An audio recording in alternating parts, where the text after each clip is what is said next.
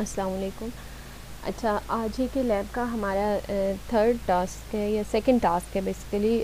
हम लोगों ने 2x4 डिकोडर्स को यूज़ करते हुए 3x8 डिकोडर डिज़ाइन करना है। तो हम इसके लिए 2x4 डिकोडर्स यूज़ करेंगे और उनके ज़रिए हम 3x8 डिकोडर इम्प्लीमेंट करेंगे। तो हम आते हैं इलेक्ट्रॉनिक वर्कबेंच की तरफ। सबसे पहले हमें डिजिटल आईसी से डिकोडर चाहिए, 2x4 डिकोडर चाहिए हमें। तो हमारे पास 74139 है जो डुअल 2x4 डिकोडर है। हम इसे एक्सेप्ट कर लेते हैं। अब हमें ये दो आईसीज़ चाहिए।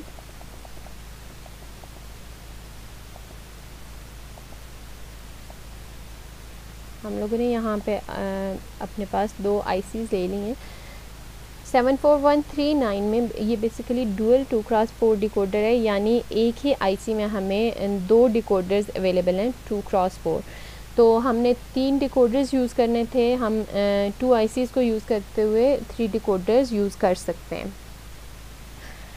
तो हम अगर इसको देखें कि हम लोगों ने डिज़ाइन कैसे करना है, तो उसमें हमने देखा था कि हम लोगों ने जो फर्स्ट डिकोडर है उसकी जो MSB है उसे हमने ग्राउंड कर देना और सिर्फ ए को इनपुट के तौर पर यूज़ करना है।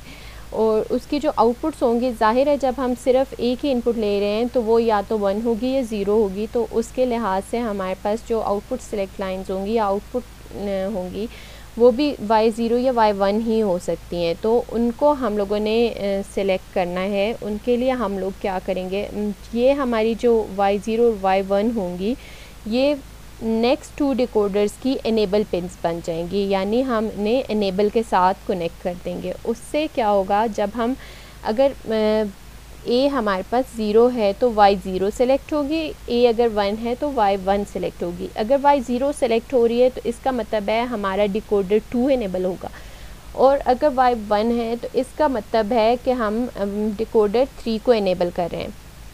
अब जो हमारा डिकोडर 2 और डिकोडर 3 हैं उनकी जो इनपुट्स हैं वो हम सेम इनपुट लाइंस के साथ कनेक्ट करेंगे। मतलब ये कि हम जो ए है दोनों ए आपस में कनेक्ट करेंगे और उन्हें हम सेकंड इनपुट दे देंगे, और बी हम दोनों डिकोडर्स के आपस में कनेक्ट करके इंटरकनेक्ट करके उन्हें हम थर्ड इनपुट देंगे।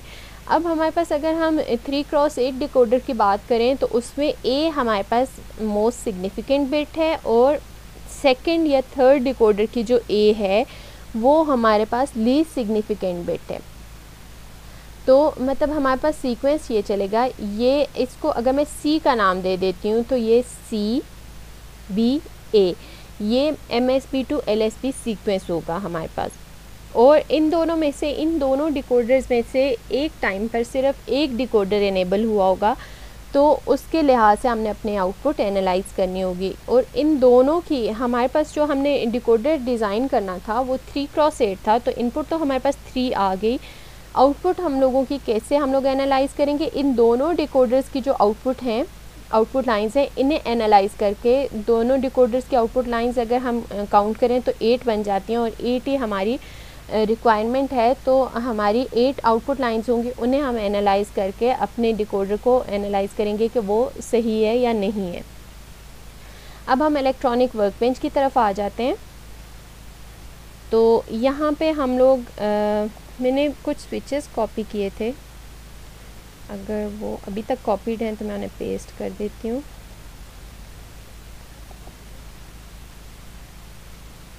नहीं,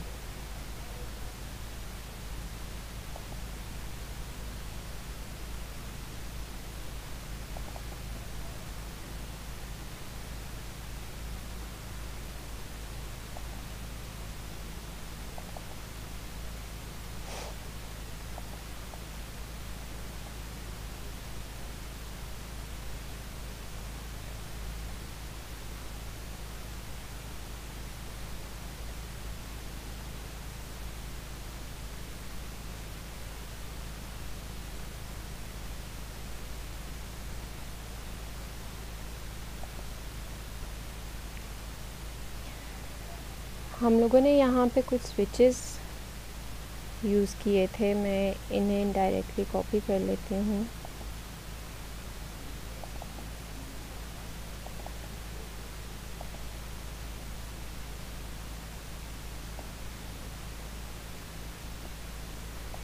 अच्छा, हम लोगों ने जो हमारी MSB थी उसे A के साथ कनेक्ट करना था। ये हमारी MSB आ गई है, और जो हमारे पास B था उसे हमने ग्राउंड कर देना था।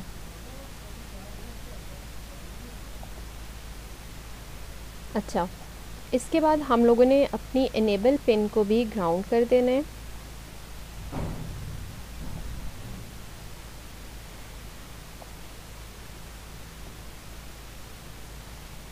अब अगर हमने इसे बी को हमने ग्राउंड किया हुआ है, सिर्फ हम ए को यूज़ कर रहे हैं, तो हमारी 1Y0 और 1Y1 ये दोनों आउटपुट्स एक्टिव हैं।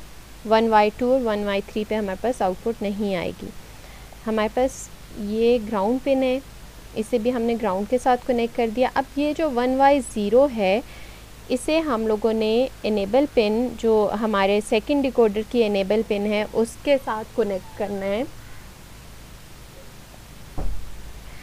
और 1Y1 को हम लोग जो हमारी थर्ड डिकोडर की इनेबल पिन है उसके साथ कनेक्ट कर देना है।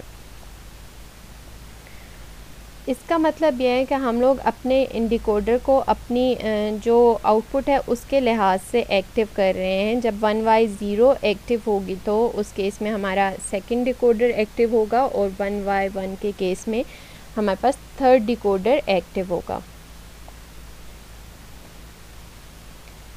अच्छा, हमारे जो हमारा फर्स्ट डिकोडर है उसके कनेक्शंस हो गए हैं, उसमें हमने जस्ट अब VCC को कनेक्ट करना है।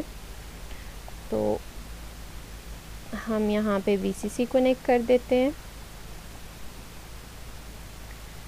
जो हमारी दूसरी IC है उसे भी हम VCC के साथ कनेक्ट कर देते हैं, और ग्राउंड को ग्राउंड के साथ कनेक्ट कर देते हैं।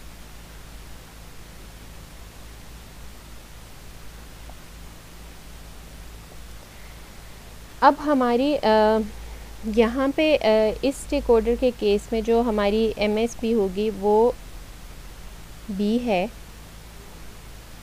जो हम सेकंड स्विच के साथ कनेक्ट कर देते हैं,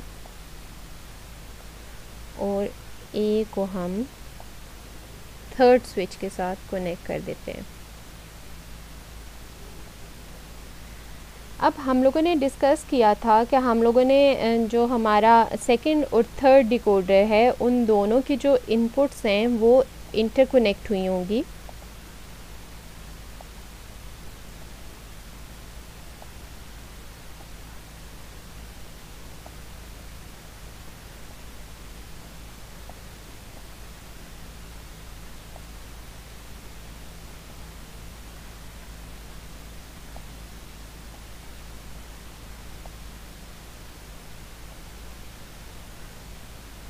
तो हम इन्हें इंटरकनेक्ट करने के लिए A को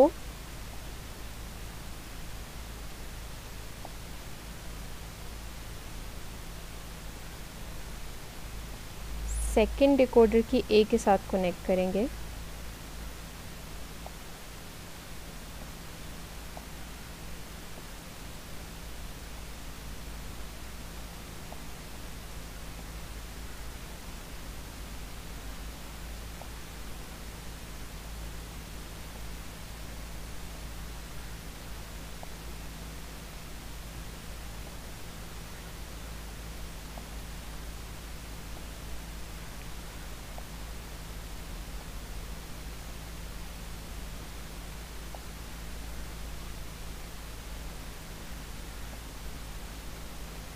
और B को हम सेकंड डिकोडर के B के साथ कनेक्ट कर देंगे।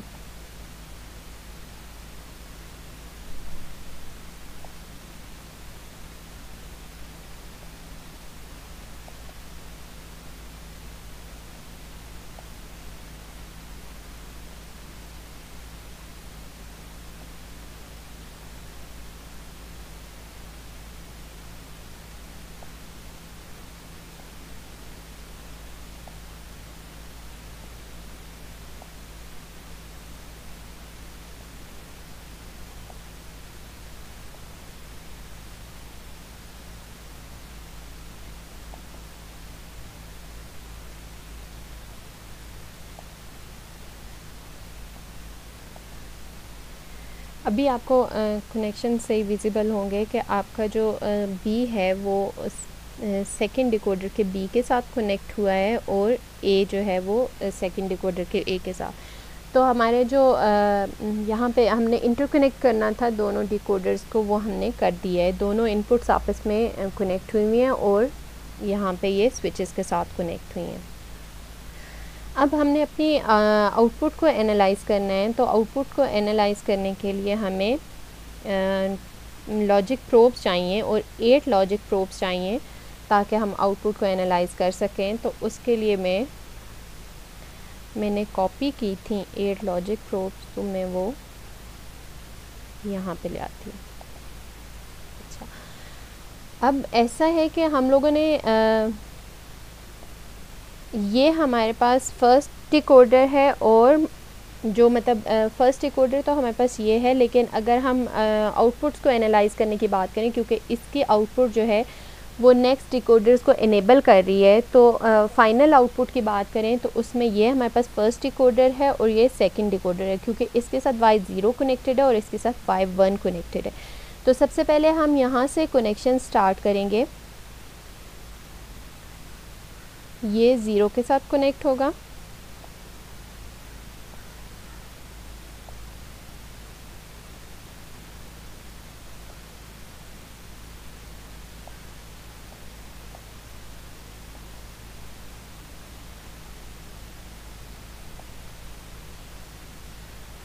देन Y1,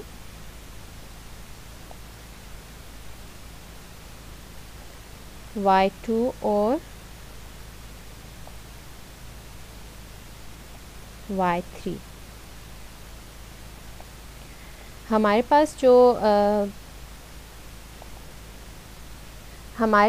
जो कनेक्शंस होने थे सेकंड डिकोडर के वो हो गए हैं। अब हमने थर्ड डिकोडर को कनेक्ट करना है आउटपुट के साथ। तो यहाँ पे हमारे पास Y0 कनेक्ट हो जाएगा,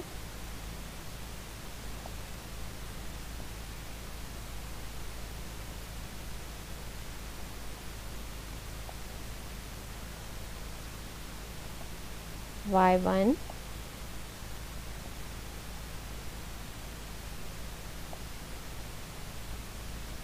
Y2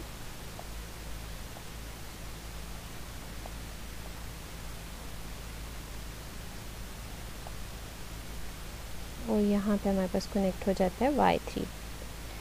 अब हमारी आउटपुट लाइंस भी कनेक्ट हो गई हैं, हमारी इनपुट लाइंस भी कनेक्ट हो गई हैं, इनेबल को भी हमने कनेक्ट कर दिया, VCC और ग्राउंड भी, उनके भी कनेक्शंस हो गए हैं। फर्स्ट डिकोडर के भी इसी तरह से हमारे सारे कनेक्शंस हो चुके हैं।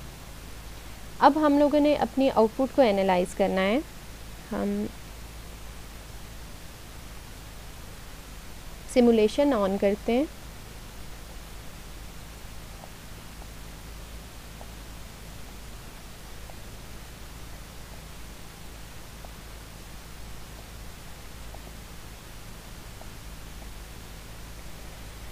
इनिशियली हम लोगों ने 0 0 0 पे सेट किया है, तो 0 0 0 के केस में हमारे पास Y0 को सिलेक्ट होना चाहिए था।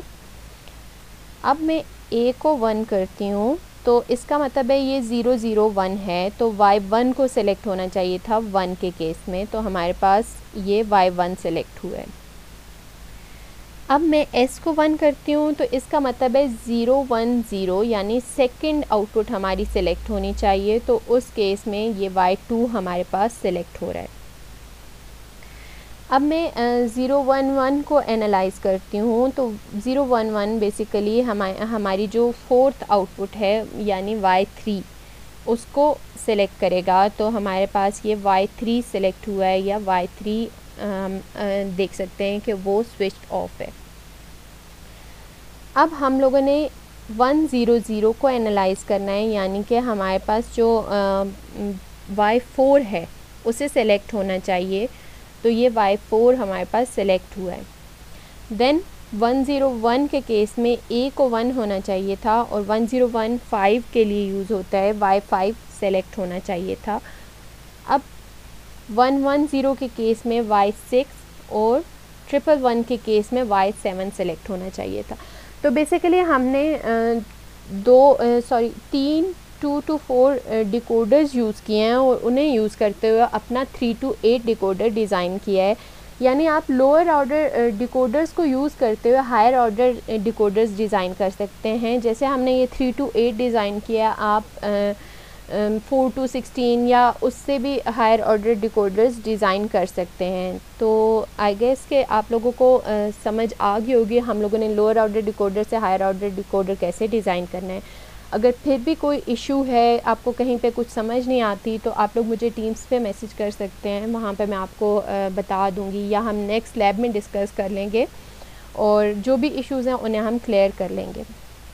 Thank you.